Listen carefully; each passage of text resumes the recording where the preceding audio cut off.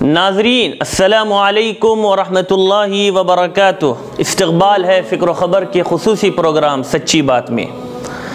محترم ناظرین، اسلام کا ہر قانون انسانیت کو کامیابی کی ضمانت دیتا ہے، جس میں زندگی کے تمام شعبوں کے متعلق واضح تعلیمات و ہدایات موجود ہے، اور کہنے والا پورے وثوق و اعتماد کے ساتھ، کانفیڈنس کے ساتھ اس بات کو کہہ سکتا ہے کہ اسی میں ساری انسانیت کے لیے قیامت تک آنے والے مسائل کا حل ہے۔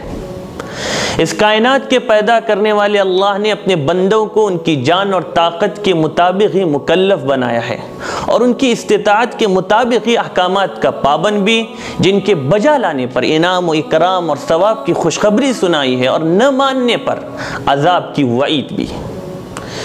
اس تناظر میں اسلام کے نظام زکوٰۃ کا جائزہ لیا جائے تو یہ بات روز روشن کی طرح عیاں ہو جاتی ہے کہ اس حکم کی تعمیل آوری میں دونوں جہاں کی کامیابی کی ضمانت ہے، اور بے عملی سے دنیاوی و اخروی نقصان کے علاوہ کچھ حاصل نہیں۔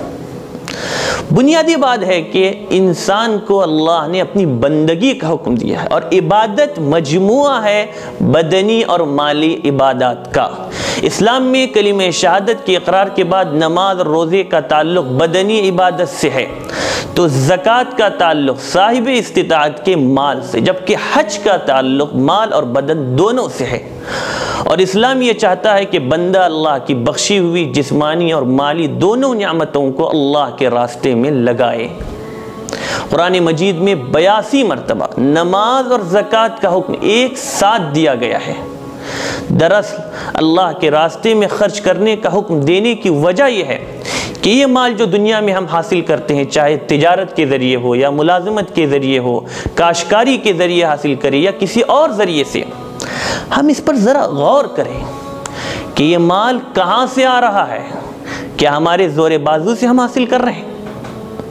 یہ تو اللہ کا بنایا ہوا حکیمانہ نظام ہے، اس لیے کہ اللہ نے نظام ہی ایسا بنایا ہے کہ ایک دوسرے کی حاجتیں اور ضرورتیں باہم ایک دوسرے کے ذریعے پوری کی جاتی ہے۔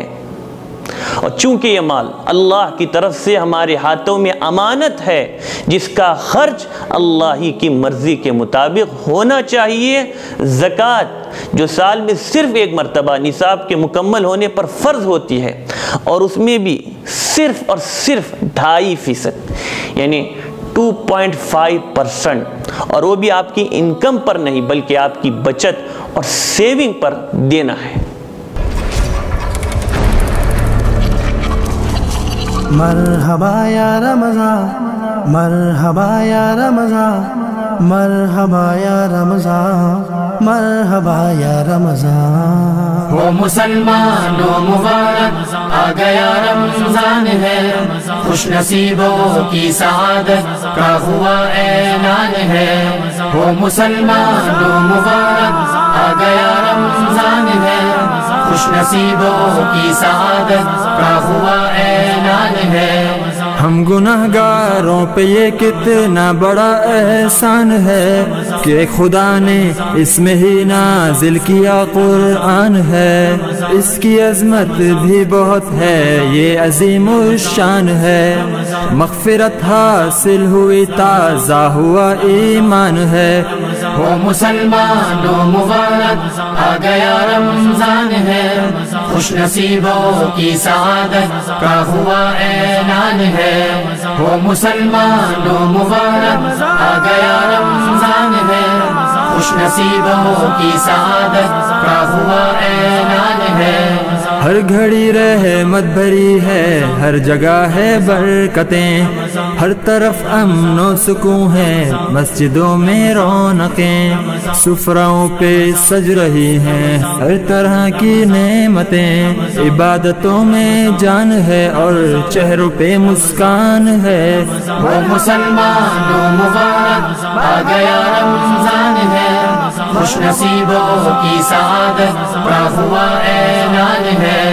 وہ مسلمانوں مبارک، آ گیا رمضان ہے خوش نصیبوں کی سعادت کا ہوا اعلان ہے عشرہ اول ہے رحمت جان لو اے مومنو دوجا عشرہ مغفرت ہے مان لو اے مومنو پھر جہنم سے براعت ٹھان لو اے مومنو ان حسین لمحات کو پالے نہیں رمضان ہے وہ مسلمانوں مبارک آ گیا رمضان ہے خوش نصیبوں کی سعادت کا ہوا اعلان ہے وہ مسلمانوں مبارک آ گیا رمضان ہے خوش نصیبوں کی سعادت کا ہوا اعلان ہے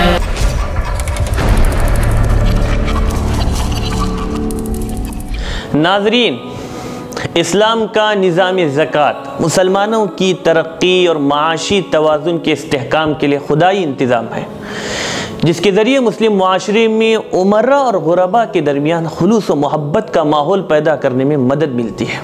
اس کے ذریعے باہمی امداد و اعانت کا جذبہ بیدار ہوتا ہے، معاشی طور پر پچھڑے ہوئے لوگوں کو اپنی حالت سدھارنے کا موقع ملتا ہے، طبقاتی کشمکش کا قلقمہ ہوتا ہے۔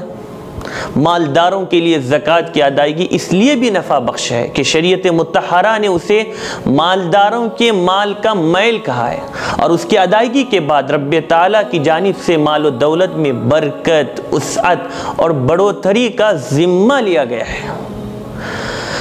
زکوٰۃ کا نظام معاشرتی اور اقتصادی اصلاح کا بھی ضامن ہے۔ اس بات پر ہر صاحب نظر متفق ہے کہ جب بھی کسی معاشرے میں اقتصادی مسائل اپنا بسیرا ڈالتے ہیں، اسی کے ساتھ نئے نئے مسائل بھی جنم لیتے ہیں۔ جرائم کا گراف بڑھتا ہی جاتا ہے، طبقاتی کشمکش میں بھی اضافہ ہوتا ہے، جو غریب ہے وہ مزید غربت میں ڈوبتے چلے جاتے ہیں، اور جو امیر ہے وہ امیر تر ہوتے چلے جاتے ہیں۔ مالداروں اور غریبوں کے درمیان خلیج وسیع ہوتی چلی جاتی ہے، غریبوں کا کوئی پرسان حال نہیں ہوتا۔ اس کی ایک اہم وجہ ماہرین و محققین غیر متوازن معاشی و اقتصادی نظام کو بتاتے ہیں۔ دنیا کے ماہرین اقتصادیات نے اقتصادی نظام میں توازن پیدا کرنے کی کافی کوششیں کی، مگر اس کے خاطر خواہ نتائج برآمد نہیں ہوئے، اور قانون سے بھی یہ بات واضح ہو جاتی ہے کہ صرف اسلام ہی دنیا کا وہ واحد مذہب ہے، زندگی گزارنے کا طریقہ ہے جو ہر ایک کے حقوق کا نگہبان ہے، جس میں ہر ایک کو اس کا حق بے کم و کاس عدل و انصاف کے ساتھ دیا جاتا ہے۔ اسلام میں طبقاتیت کا ایسا کوئی تصور نہیں جس کی بنیاد پر لوگوں کو مختلف خانوں میں تقسیم کیا جائے۔ غریبوں اور بچھڑے ہوئے لوگوں کو حقارت کی نگاہ سے دیکھنا اسلام کے نظام عدل اور اصول محبت کے منافی ہے۔ بلکہ اسلام کا نظام زکوٰۃ اس بات کی تعلیم دیتا ہے کہ جو حاجت مند اپنی ضرورت اور مجبوری کے تحت زکوٰۃ قبول کرتا ہے، اسے چاہیے کہ وہ اس امداد کے ذریعے اپنے پیروں پر کھڑا ہو جائے، وہ اپنی معاشی حالت سدھارے اور اس بات کی کوشش کرے کہ آئندہ سال وہ خود بھی صاحب نصاب ہو جائے اور دوسروں کی مدد کر سکے۔ آج دنیا میں ہر طرف لوگ غریبی کے خلاف آواز اٹھا رہے ہیں، لیکن افسوس کہ یہ صرف نظریہ بن کر رہ گیا ہے، اس لیے کہ جب تک سودی نظام کے چنگل سے دنیا کو چھٹکارا نہ ملے گا، دنیا سے غریبی کا خاتمہ نہیں ہو سکتا۔ سودی نظام کی موجودگی میں غریبی کا دور ہونا ناممکن ہے، لیکن اسلام نے جو مالی نظام، فائنینشیل سسٹم دنیا کے سامنے پیش کیا، اس کی بنیاد زکوٰۃ اور صدقات کے خوبصورت نظام پر ہے، اور جس کی بدولت ہی اسلام کو دنیا میں آئے 100 سال کا عرصہ بھی نہ گزرا تھا کہ دنیا کے ایک بڑے حصے سے غربت کا خاتمہ ہو گیا، حتیٰ کہ لوگ زکوٰۃ دینے کے لیے مال لے کر نکلتے تھے، لیکن کوئی زکوٰۃ لینے والا نہیں ملتا تھا۔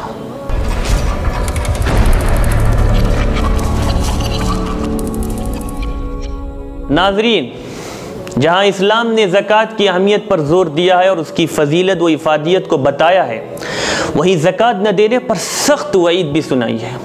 قرآن مجید نے ایسے لوگوں کو دردناک عذاب کی خوشخبری سنائی ہے، اور پھر دوسری آیت میں اس دردناک عذاب کی تفصیل بیان فرمائی کہ قیامت کے دن سونے اور چاندی کو آگ میں تپایا جائے گا، اور پھر اس آدمی کی پیشانی، پہلو اور اس کی پیٹھ کو اس سے داغا جائے گا، اور کہا جائے گا یہ ہے وہ خزانہ جو تم اپنے لیے جمع کیا تھا۔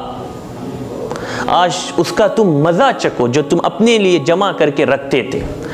یاد رکھیے کہ زکوٰۃ برابر حساب کر کے نکالنا چاہیے، ورنہ ایک پیسے کی بھی کمی ہلاکت کا باعث بن سکتی ہے۔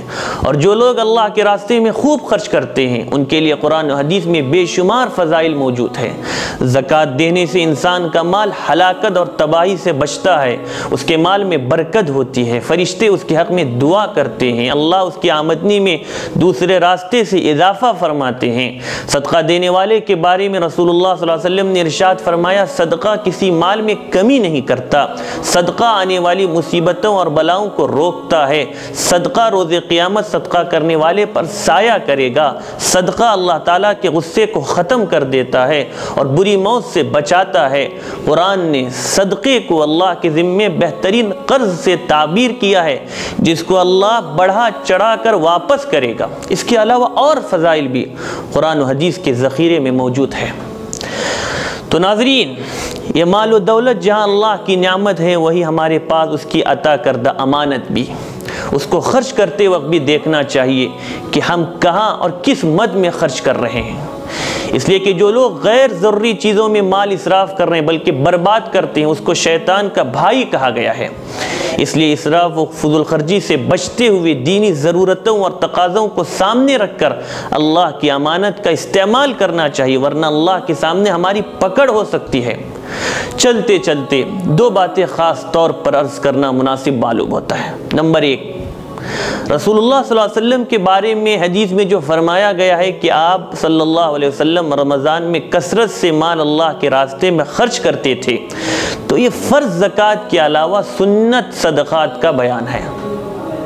دوسرے، ہم اپنے زکوٰۃ و صدقات کے پیسے دوسروں کو تو دیتے ہیں لیکن اپنے ان رشتہ داروں کو نظر انداز کر دیتے ہیں جو مجبور تو ہیں لیکن اپنی عزت کے خاطر کسی کے سامنے ہاتھ نہیں پھیلاتے، یا وہ بہت سے لوگ جن کا تعلق اچھے گھرانوں سے ہے اور وہ حد سے زیادہ مجبور بھی ہے لیکن ان کی عزت نفس ان کو ہاتھ پھیلانے سے روکتی ہے۔ آج ہمیں اندازہ نہیں کہ ہمارے معاشرے میں دن بدن ایسے لوگوں کی تعداد بڑھتی چلی جا رہی ہے، لہٰذا ہم ایسے لوگوں کو تلاش کریں، ان کی فہرست بنائیں، اللہ کی رضا کے خاطر ان کے گھر تک مال پہنچائے، اس کے بعد پھر ان کے دل سے آپ کے لیے جو دعا نکلے گی وہ آپ کی زندگی کی تقدیر بدلنے کے لیے کافی ہوگی۔ اور اگر وہ آپ کے رشتہ دار ہوں تو اس کا دگنا یعنی ڈبل ثواب آپ کو ملے گا، ایک صلہ رحمی کا اور دوسرے صدقہ کرنے کا۔ تو زکوٰۃ اور صدقات کے ذریعے ہی ہمارے اموال محفوظ رہیں گی اور اس میں برکت بھی ہوگی۔ اللہ صحیح راستوں میں ہمیں خرچ کرنے کی توفیق عطا فرمائے۔ تو ناظرین، اسی پر اپنے میزبان کو اجازت دیں، انشاءاللہ اگلے ہفتے پھر ملاقات ہوگی کسی نئے عنوان کے ساتھ۔ تب تک کے لیے اللہ حافظ۔